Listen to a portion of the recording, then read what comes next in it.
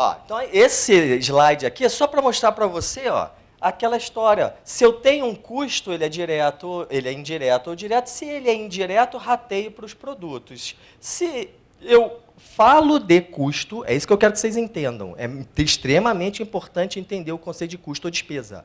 Se eu falo de custo, eu invariavelmente falo de estoque. Se eu determinar que embalagem é custo, acabou. Eu vou ter que debitar o estoque no ativo. Isso é totalmente diferente de jogar para o resultado. Não é óbvio, meus amigos contadores? Então, a gente tem que saber esse tipo de nuance. Isso muda totalmente a estrutura patrimonial de uma empresa. Mexe com PL, mexe, diminui ativo, mexe ou não mexe? Que é o mesmo balanço que você vai mandar para o banco para fazer análise de crédito para saber se o banco libera ou não o capital de giro para aquela empresa. Já pararam para pensar nisso? É ou não é? Tem muita coisa em jogo que às vezes as pessoas e nós, contadores, não nos damos conta. Então, aqui, óbvio, não vou entrar no mérito. Material, já falamos disso para ganhar tempo. Aqui vai ficar como lembrete. Material direto, mão de obra direto e gastos gerais. Tudo bem? Dúvidas? Nenhuma dúvida? Se eu perguntar aqui o que é mão de obra direta, o que é mão de obra indireta, todo mundo responde redondo, né? Pode falar.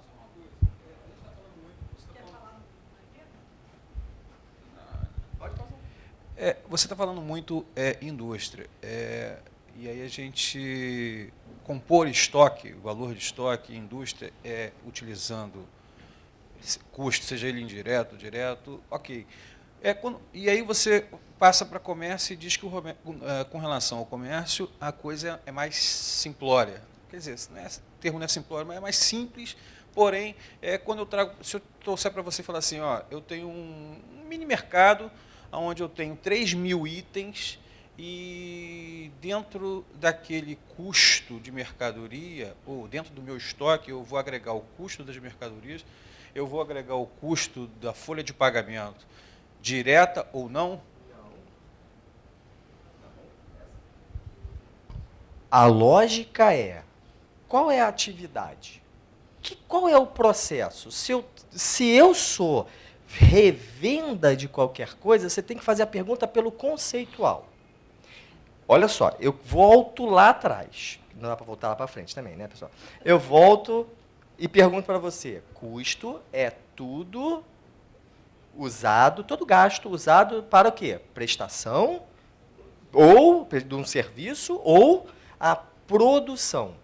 Então, se eu estou num lugar, porque tem empresas que prestam serviços, produzem e comercializam, tem ou não tem? Dentro da mesma empresa.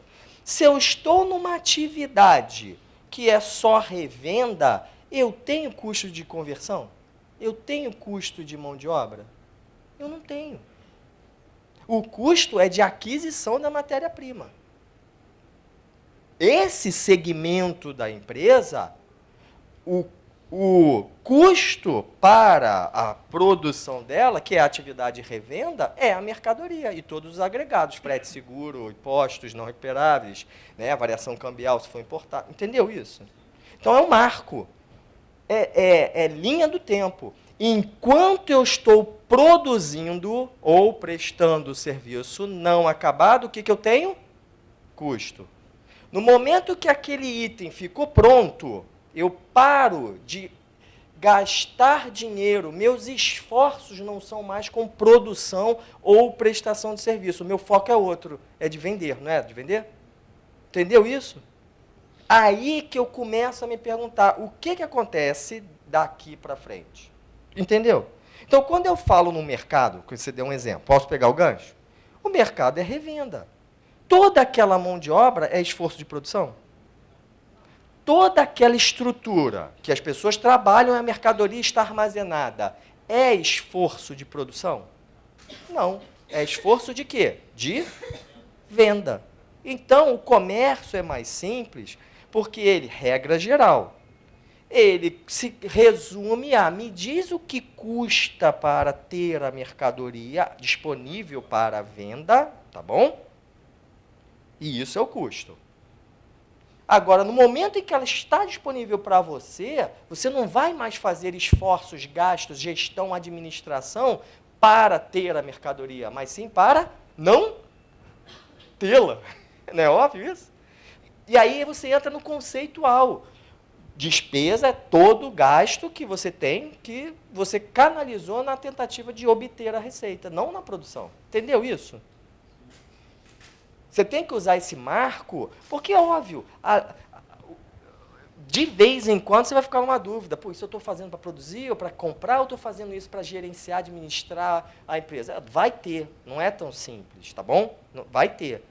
Por isso que a gente costuma estar até no material. Se você tem uma dúvida, por exemplo, vou dar um exemplo. Dia das Mulheres, comprei um monte de rosas para dar para todas as mulheres da empresa. Na fábrica não tem mulheres? Se eu sou uma empresa que preza pelo gênero, diversidade de gênero, tem ou não tem mulheres, meus amigos?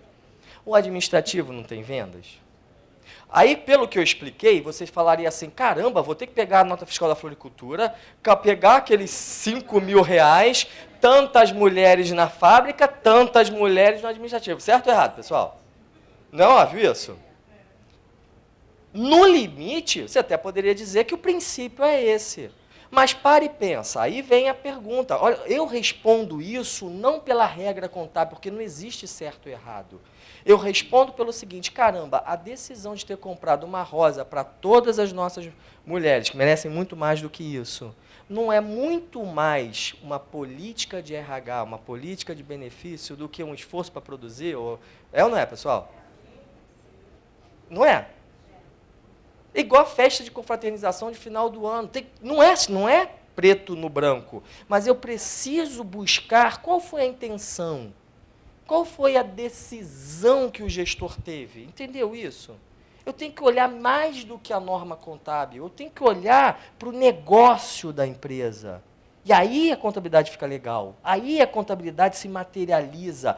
Eu vou dar uma demonstração de resultado para o gestor, aonde ele vai visualizar, na verdade, um balancete, aonde ele vai visualizar aquela decisão que ele tomou e quanto isso efetivamente, financeiramente, custou. A decisão estratégica eu não posso falar. As mulheres podem ter ficado enaltecidas, umas rasgaram, as outras, né, botaram, desdenharam, outras amaram. A decisão estratégica eu não posso interferir, a contabilidade não interfere, mas ela mensura, concorda comigo? Entendeu? Então, o princípio é muito mais importante do que a regra. Então, quando eu guardo o princípio de que custo é para produção e prestação de serviço e despesa para obtenção de receita, eu já segrego pelo menos 90% das coisas, tudo bem? Aí o que sobra de 10, 5%, sei lá, de diferença, a tendência é que a gente chama de despesa. Experiência prática. Se é muito arbitrário, chama de despesa. Está claro isso? Para você não botar no ativo e você supervalorizar um ativo de algo que não vai ter o quê? Aí entra o teste do impairment. Para que serve o teste do impairment? O que fala o teste de impairment? Nenhum ativo pode o quê?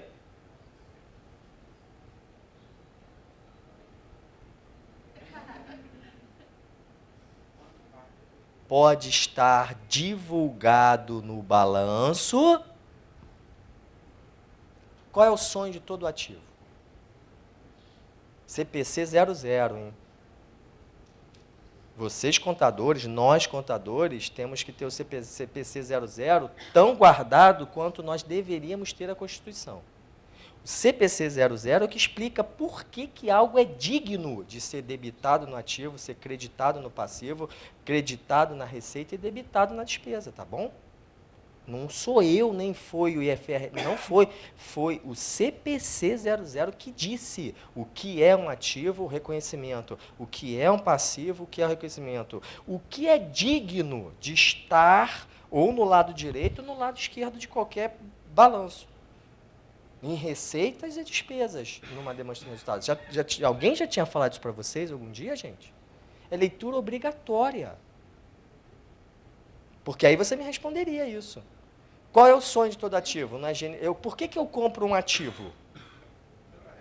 Para gerar o quê? Renda, perfeito. A ideia é renda, né? Um conceito econômico. Como é que eu traduzo isso para o CPC? Não é economia. Aí vamos traduzir para o contabilês. É gerar benefício econômico futuro. Então, se eu paro e penso, se eu fosse jogar alguma coisa no ativo cujo benefício econômico futuro é duvidoso, a tendência é jogar para onde? Para a despesa. Ou vem o teste de impairment e prova para você, quando você fizer o benefício econômico futuro, né? Vamos pensar no estoque. Qual o sonho do teu estoque? Não é ser vendido? Não é o sonho do estoque não é ser vendido? Aí você pega o preço de venda, menos os custos para vender, e compara com o valor que custou para comprar ou produzir, se tem uma diferença negativa, resumindo, vou vender, vou pagar comissão, custos de cobrança, né? Todas aquelas despesas para vender, menos a margem de lucro, e os impostos. Então, eu vou vender por 100 e custou 110, ou seja, eu olho para o balanço e o custo unitário do balanço é 110, eu tenho uma diferença que o preço de venda não cobre. Concordam comigo? Concordam? O que eu faço? O que eu sou obrigado a fazer em certas circunstâncias, mas em produto acabado, quando isso acontece? Porque está na norma contábil, é a nossa norma brasileira. Se você não fizer isso, você não está fazendo contabilidade brasileira. Você está fazendo contabilidade do Zimbábue, da Ucrânia, mas não está fazendo contabilidade brasileira, que é aderente à norma internacional. Um contador lá fora nunca perguntaria isso. Ele literalmente fecha o balanço, vê o custo unitário do produto A, do produto B, do produto C, do produto D, do produto E, tá bom isso? Ele não fecha o custo do estoque, ele fecha o custo do produto do estoque produto a produto, tudo bem? E faz ou um cálculo no sistema, numa planilha, de preço de venda menos custo para vender. Vai dar um líquido, não vai? Então, no nosso exemplo, se o líquido é 100 e custou 10, eu estou dizendo que o 10 não gera o quê? Benefício econômico futuro. Então, o meu estoque desse produto pode estar no balanço publicado no Diário Oficial, no Razão, a 110? Não, eu tenho que fazer provisão para perda. Tem ou não tem que fazer, pessoal? Entenderam o que é o famoso valor realizável líquido? Quanto que sobra? No estoque, a gente não diz que aplica impairment. No estoque, a gente aplica o valor realizável líquido. Mas o conceito do impairment, que é não deixar que nenhum ativo esteja divulgado no balanço por valor maior do que se espera dele, tradução literal do IFRS, tá, meus amigos? Está escrito isso lá. Se você nunca ouviu essa frase, temos que ler. Porque o impairment é não deixar, é um teste. Eu não fecho. Antigamente, como é que a gente fazia? Só para vocês entenderem. Estamos falando de estoque, né? Vamos ser franco. Antigamente e hoje em dia. Entra um cara na sala e fala assim, ninguém lança mais nota nenhuma que a gente vai rodar no estoque. Não é assim? Aí todo mundo fica parado, vai tomar café, vai fazer outras coisas. É ou não é? Aí ele roda o estoque, calcula o custo médio, não é isso? E calcula o custo médio para todos os produtos e aparece uma conta milagrosamente, né, lá, estoque de produto acabado, produto de elaboração, estoque de matéria-prima. É ou não é, pessoal? Vamos agora fazer conciliação bancária, vamos fazer conciliação de folha de pagamento, vamos fazer conciliação das outras contas. O estoque está fechado. Não é assim? É ou não é? Está errado. A pergunta, o ciclo contábil que eu falei para vocês, lembra de mensuração subsequente? É perguntar se depois daquele estoque ter sido gerado o custo unitário dele, se de fato ele é maior ou menor do que se espera obter de benefício econômico futuro. Como é que eu faço isso? Fazendo uma conta. O fechamento de estoque é rodar entrada em todas as notas, dar baixa em todos os consumos, rodar o custo médio, rodar o EPS não é permitido, tudo bem? Fechar o balanço e não é esquecer mais o estoque, é fazer o teste de valor realizável líquido. Perguntar para a empresa, por quanto você vai vender isso? Tanto. Qual é o imposto aplicável? Tanto. Quanto que você estima, óbvio, pagar de comissão? Tanto. Quanto é que você acha que vai ter de gastos de cobrança, não sei o quê? Tanto. Pô, então se eu tiro tudo isso, sobra, não tira a margem de lucro, sobra tanto. E eu pergunto, pô, se eu vou receber 100 por algo que custou 110, o balanço está superavaliado, tá ou não está, pessoal? Isso é mensuração subsequente no IFRS, que é a nossa norma contábil. Está claro isso para vocês? Da mesma maneira que no imobilizado, a gente também precisa fazer isso, respeitados algumas condicionantes. Evidência de desvalorização, que aí é o teste de impairment propriamente dito. Em instrumentos financeiros, a gente tem que fazer isso. Em investimentos, em participações societárias, a gente também tem que fazer isso. Não é mais só debitar, acreditar, fazer a conciliação e corre para o abraço e divulga. Não é. Entenderam? Isso faz parte do processo de fechamento de estoque. Então, vamos lá.